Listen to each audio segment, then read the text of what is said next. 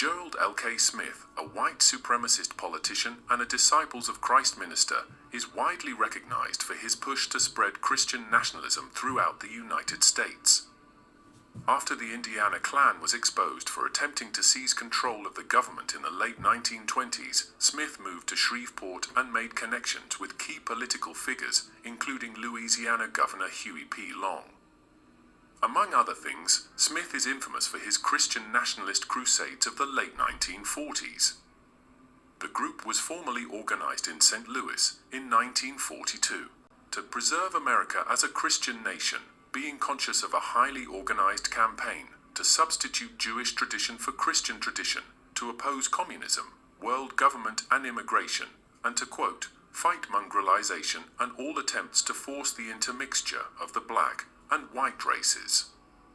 As it relates to the NAR, Smith is of key interest in multiple areas of influence, through various connections to key figures in the latter rain movement and ideologies presented in the form of racist and anti-Semitic doctrine. Smith launched the group's political and religious newsletter, The Cross and the Flag, in 1947, the same year that latter rain broke out in North Battleford, Saskatchewan. He also had ties to latter rain leader, an early Voice of Healing publicist, Jack Moore, in Shreveport, through Moore's father-in-law, Reverend Grover C. Lout.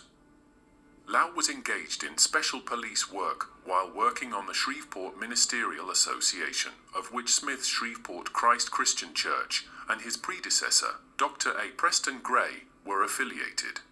The association openly engaged in political and religious espionage.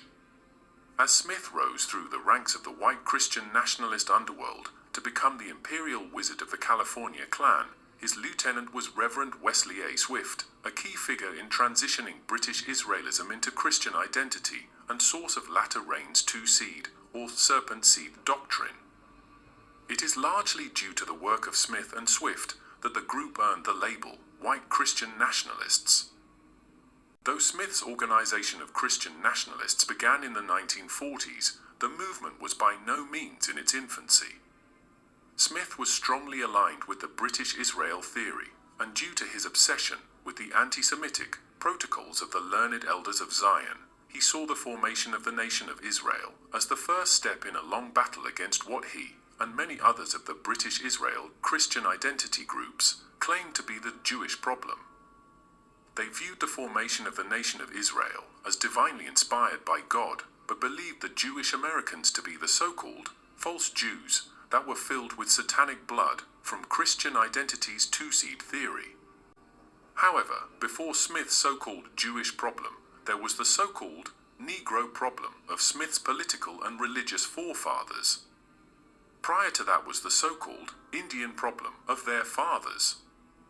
In fact, some historians of white supremacy trace the origins of Christian nationalism all the way back to 1452, when Pope Nicholas V granted Portuguese King Alfonso V rights to root out all Muslims and pagans and anyone opposed to Christianity by whatever means possible. Quote, to invade, search out, capture, vanquish, and subdue all Saracens, referring to Muslims and pagans whatsoever, and other enemies of Christ wheresoever placed, and the kingdoms, dukedoms, principalities, dominions, possessions, and all movable and immovable goods whatsoever, held and possessed by them, and to reduce their persons to perpetual slavery. Considering the NAR Seven Mountain Mandate, known as the Seven Mountain Dominionism theology, the Pope's charge to invade, subdue, and pillage the kingdoms of all in opposition is very troubling. NAR leaders believe there are aspects of today's society that believers should seek to invade, influence, and subdue. Family, religion, education, media, arts and entertainment, business, and government. As an anti-Catholic movement, how did this mandate develop? How did the NAR abandon the Apostle Paul's charge to Titus and the early church for leading through good example rather than forcible conversion? As it relates to the Christian identity themes found in NAR agenda, our story goes back to the year 1877, when President Grant commissioned a bipartisan solution to political divisions. On January 29, 1877, President Ulysses S. Grant signed the Electoral Commission Act, which established a 15-member commission of 8 Republicans and 7 Democrats to settle the disputed 1876 election. New York Governor Samuel J. Tilden had just 1 vote shy of the 185 required electoral votes, and 20 electoral votes from Florida, Louisiana, Oregon, and South Carolina were unresolved. Both Tilden and Ohio Governor Rutherford B. Hayes claimed victory in those states, and it was left to the Electoral Commission to decide the next president. Hayes ultimately won the presidency after the Compromise of 1877 ended in a promise that he would withdraw federal troops from the South and end Reconstruction. As a result, Hayes was never seen as credible by his opponents, and he was taunted with such epithets as his fraudulency and Ruth the Fraud. Hayes did not view himself as a Christian, let alone a descendant from the lost tribes of Israel. He often stated that he was not a Christian and did not belong to any church. An entry in his personal diary summed it up: "The literature of the Bible should be studied as one studies Shakespeare." Rutherford was not in favor of mixing religion with politics, often being branded as a political enemy by one party or another for keeping the two separate while in office. Though the First Amendment to the Constitution established a separation between church and state, there were many people who viewed that separation as a political weakness, especially when legislation concerned core values established by Christian churches. For Americans in the South, federal enforcement of the rights of freedmen and freedwomen was seen as a violation of the First Amendment, and Rutherford represented an enemy of both church and state, regardless of the compromise. Rutherford's wife was a devout Methodist, and while not religious, Rutherford wrote that he enjoyed attending the Methodist Church. This was especially the case with Southerners unhappy with the outcome of the Civil War. During the war, Northern Methodists used the army to seize control of several Methodist churches in large cities. By 1871, the Northern Methodists had 88,000 black members in the South and had opened numerous schools for them. In the South, the issue of race divided the political party lines. Southern Democrats strongly opposed the Republican Party for multiple reasons, the biggest of which had to do with the color of the constituent skin. Blacks in the South made up a core element of the Republican Party. Black ministers in the South had a significant role in politics. Over 100 black ministers held offices in state legislatures during Reconstruction, and several black ministers were elected to Congress. In the North, several denominations, especially the Methodists, supported the radical Republican agenda. Radical Republicans were a faction within the Republican Party that referred to themselves as radicals due to their goal of immediate, complete, and permanent eradication of slavery in the United States. Methodist Bishop Matthew Simpson of Philadelphia built his legacy as the high priest of the radical Republicans by organizing Methodists for the cause. These factions eventually led to the social gospel movement within liberal Christianity and, ultimately, the liberal fundamentalist debate. The divisions in American Christianity, combined with the general lack of trust in both elected officials and religious groups, amplified by the issue of race, created an open field for which the British Israel doctrine could easily take root. Shortly before Hayes was elected in 1876, Union Congregational Church pastor Joseph Wilde of Brooklyn did just that. Starting that year, Wilde preached a series of 130 British Israel sermons across the span of 3 years. In 1879, he began publishing pamphlets to spread the British Israel message. For Wilde, that message was one of both religious and political superiority. All across the United States and Canada, British Israel ministers, churches, and organizations followed suit. In the 1880s, Toronto clergyman W. H. Poole began spreading British Israelism in Ontario and in the United States. M. Eshelman, an author and student of Edward Hine, published his British Israel book, Two Sticks, or The Lost Tribes of Israel Discovered.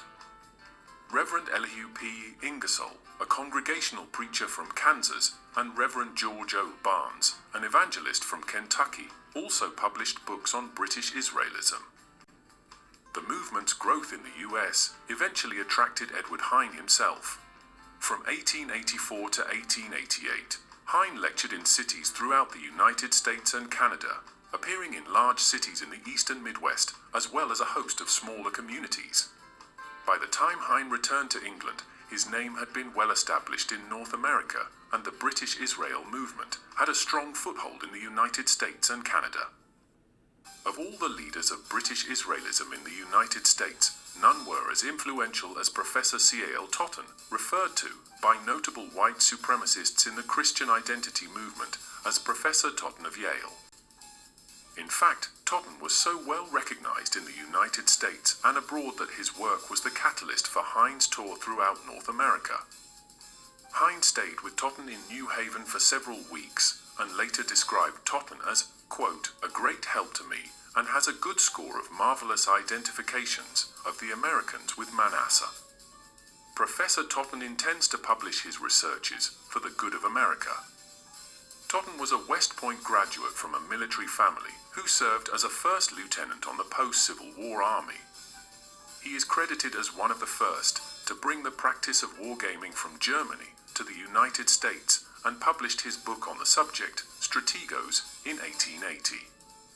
Though it was later believed to be derived from the Prussian Kriegspiel via translations held by the British military officers in the 1870s, Totten's version had the advantage of American publication and earned recognition whether plagiarized or not. So much so that in 1889, Totten was appointed as the Professor of Military Science and Tactics at Yale University. He remained there until August of 1893, at which time he resigned to focus solely upon writing apocalyptic and esoteric interpretations of the British Israel doctrine. Throughout his life, Totten would publish over 180 books and articles, including a 26-volume series entitled Our Race, dedicated to British Israelism.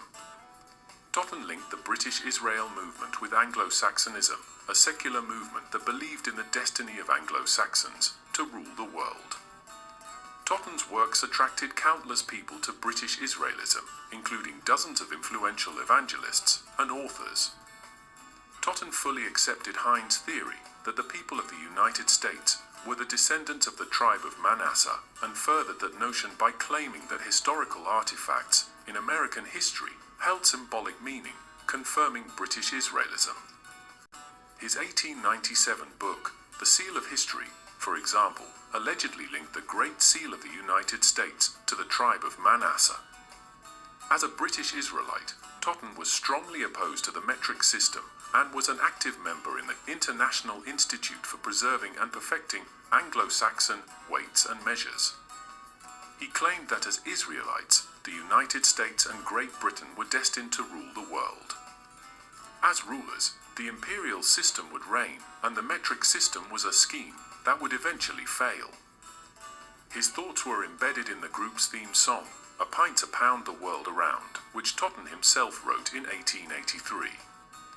According to Totten and the song, the Anglo-Saxon race shall rule the earth from shore to shore. The unusual problem, as Totten's militant form of British Israelism suggests, lies within one single word from the song, race.